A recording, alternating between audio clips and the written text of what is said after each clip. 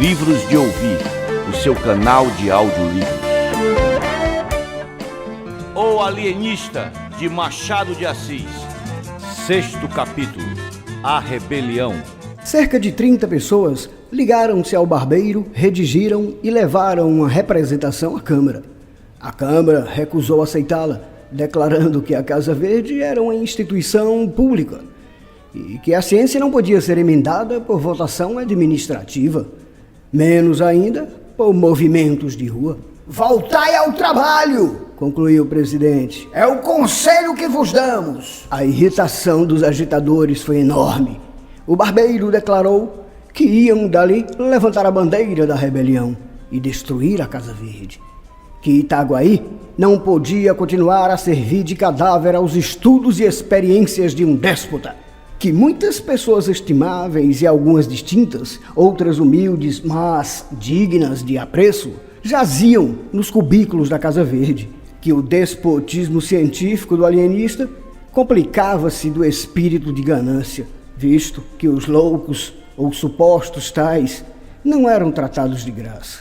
As famílias, e em falta delas a Câmara, pagavam ao alienista. É falso! Interrompeu o presidente. Falso? Há cerca de 2 semanas recebemos um ofício do ilustre médico em que nos declara que, tratando de fazer experiências de alto valor psicológico, desiste do estipêndio votado pela Câmara, bem como nada receberá das famílias dos enfermos. A notícia desse ato tão nobre e tão puro suspendeu um pouco a alma dos rebeldes. Seguramente o alienista podia estar em erro, mas nenhum interesse alheio à ciência o instigava.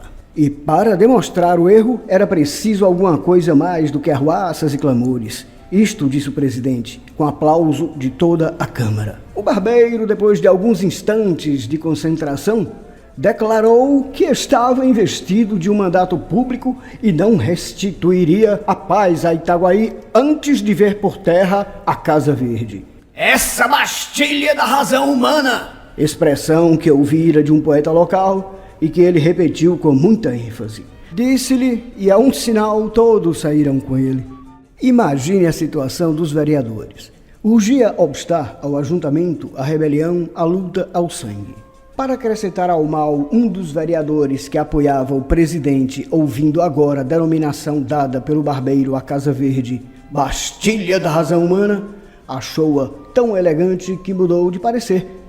Disse que entendia de bom aviso decretar alguma medida que reduzisse a Casa Verde, e porque o presidente indignado manifestasse em termos energéticos o seu pasmo, o vereador fez esta reflexão. Nada tenho que ver com a ciência, mas se tantos homens em que supomos são reclusos por dementes, quem nos afirma que o alienado não é o alienista? Sebastião Freitas, o vereador dissidente, tinha o dom da palavra e falou ainda por algum tempo com prudência, mas com firmeza. Os colegas estavam atônitos. O presidente pediu-lhe que ao menos desse o exemplo da ordem e do respeito à lei. Não aventasse as suas ideias na rua para não dar corpo e alma à rebelião, que era por ora um turbilhão de átomos dispersos. Esta figura corrigiu um pouco o efeito da outra. Sebastião Freitas prometeu suspender qualquer ação, reservando-se o direito de pedir, pelos meios legais, a redução da Casa Verde, e repetia consigo namorado: Bastilha da razão humana. Entretanto, a arruaça crescia. Já não eram 30, mas 300 pessoas que acompanhavam o barbeiro, cuja alcunha familiar deve ser mencionada, porque ela deu o nome à revolta. Chamavam-lhe o Canjica. E o movimento ficou célebre com o nome de Revolta das Canjicas. A ação podia ser restrita, visto que muita gente, ou por medo, ou por hábitos de educação, não descia à rua, mas o sentimento era unânime, ou quase unânime. E os 300 que caminhavam para a Casa Verde, dada a diferença de Paris a Itaguaí, podiam ser comparados aos que tomaram a Bastilha. Dona Evarista teve notícia da rebelião antes que ela chegasse. Veio dar-lhe uma de suas crias. Ela provava, nesta ocasião, um vestido de seda, um dos 37 que trouxeram do Rio de Janeiro, e não quis crer. Deve ser alguma patuscada. dizia ela, mudando a posição de um alfinete. Benedita, vê se a barra está boa. Está, sinhá, respondia a mucamba de cócoras no chão. Está boa, sinhá. Vira um bocadinho. Assim, está muito boa. Não é patuscada não, senhora. Eles estão gritando. Morra o Dr. Bacamarte, o tirano, dizia o moleque assustado. Cala a boca, tolo. Benedita, olha aí do lado esquerdo.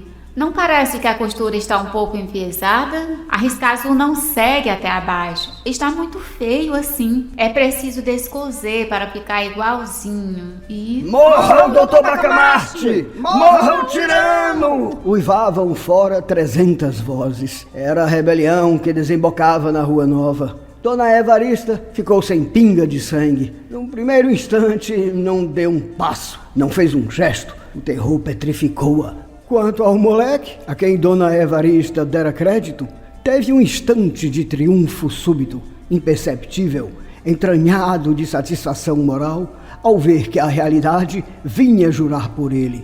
Morra o alienista! Bradavam as vozes mais perto. Dona Evarista, se não resistia facilmente às comoções de prazer, sabia entestar com os momentos de perigo.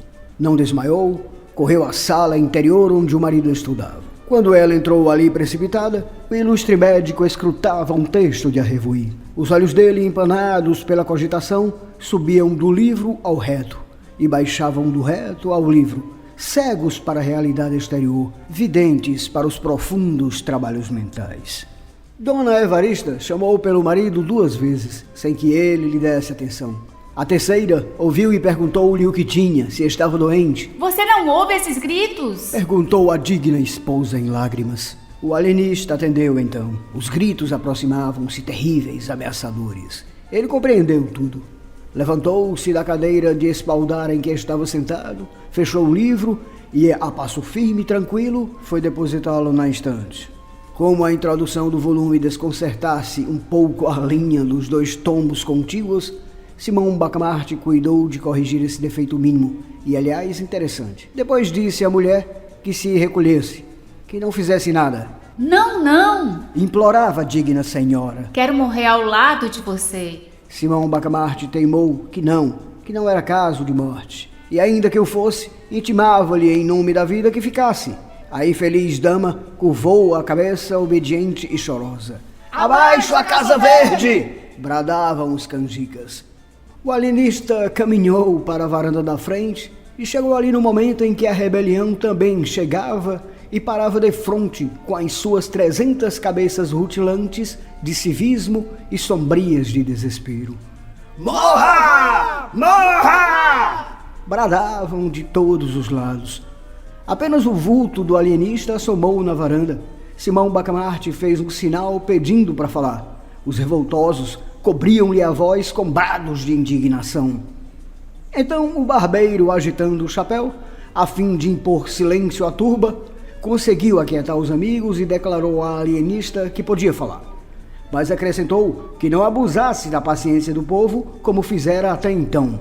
Direi pouco, ou até não direi nada, se for preciso. Desejo saber primeiro o que pedis.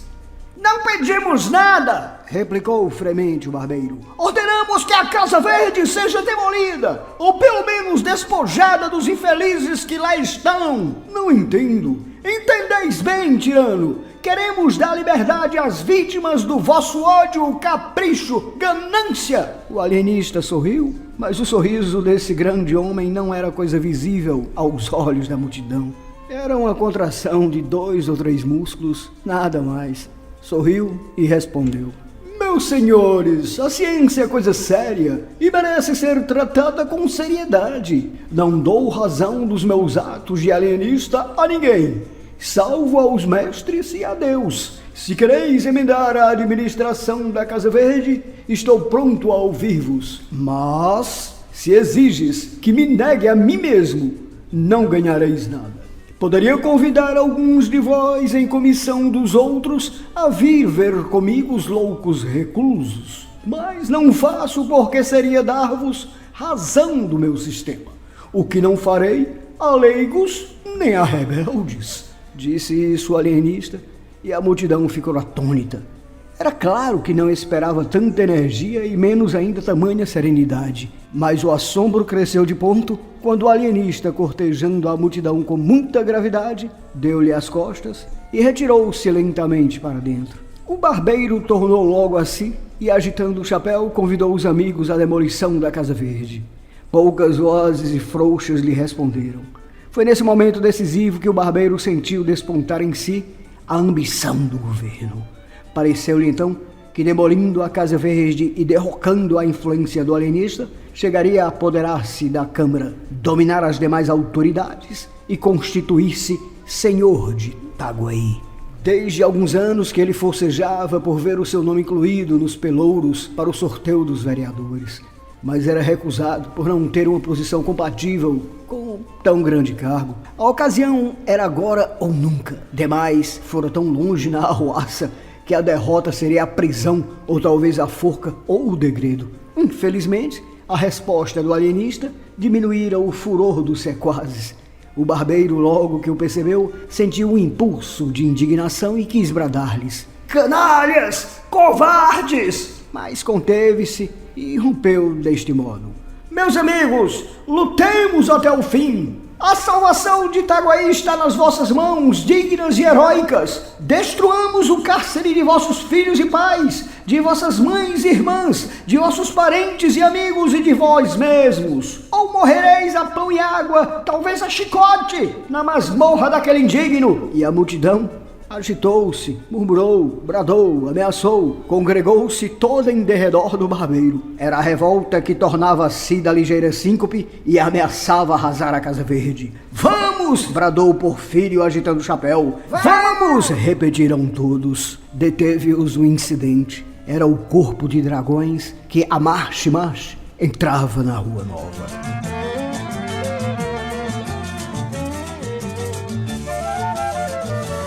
Livros de Ouvir, o seu canal de audiolivros.